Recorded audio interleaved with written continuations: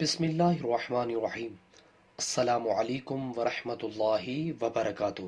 شرم و حیا معاشرتی بگاڑ میں سب سے بڑی رکاوٹ۔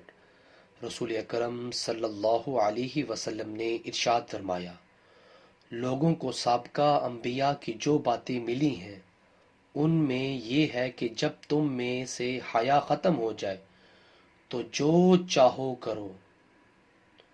اللہ اکبر۔ صحیح بخاری کا حدیث ہے۔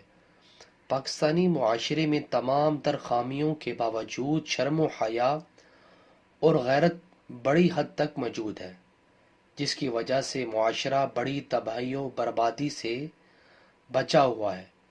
لیکن دشمنان اسلام مسلمان معاشرے کو شرم و حیا اور غیرت سے عاری کر کے مذموم مقاصد کی تکمیل چاہتے ہیں۔